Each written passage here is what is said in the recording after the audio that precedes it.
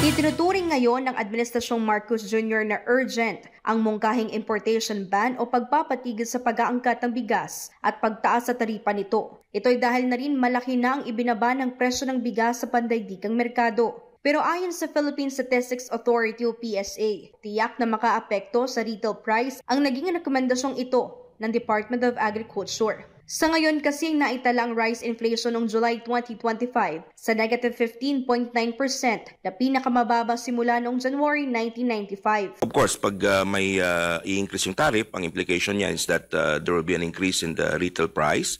So titingnan natin kung gaano kabilis ang increases at makapture naman natin yan. So una yung gaano kalaki at saka yung timing ng pagtaas. No? May lag effect ba yan o kaagad na tumaas. Kung maalala, umabot sa 41 pesos at 31 centavos kada kilo ang presyo ng regular milled rice noong July 2025 kumpara sa 50 pesos at 90 centavos kilogram noong July 2024. Sa well-milled rice naman ay umaabot sa 47.60 pesos kada kilo, habang 55.85 pesos kada kilo naman noong July 2024. Ang average price naman ng special rice ay nasa 56.83 pesos kada kilo noong July 2025, habang 64.22 pesos kada kilo naman noong July 2024.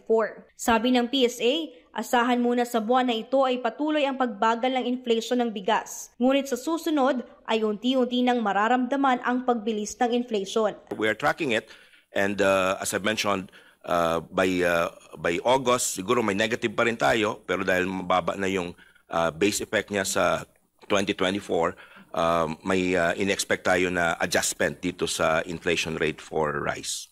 Aminado naman ng Department of Agriculture na maaapektuhan ang presyo ng bigas sa mga pamilihan, pero minimal lang ang epekto nito dahil sa sobrang supply ng bigas sa bansa. Na kay Pangulong Marcos Jr. na anyang bola upang aprobahan ito na makatutulong sa sektor. Hindi madidepress ang presyo ng palay. It will cause an impact doon sa farm gate price ng palay. Yun yung magiging immediate impact niya. Sa retail, titingnan natin kasi sa ngayon kasi marami pa tayong bigas na mura eh.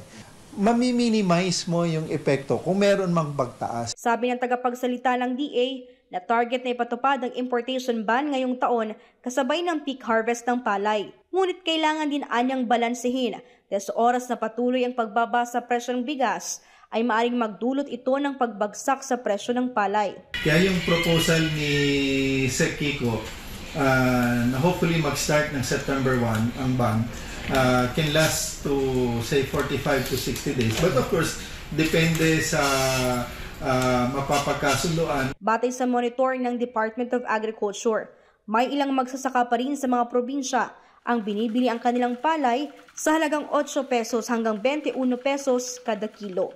Para sa Diyos at sa Pilipinas kung mahal.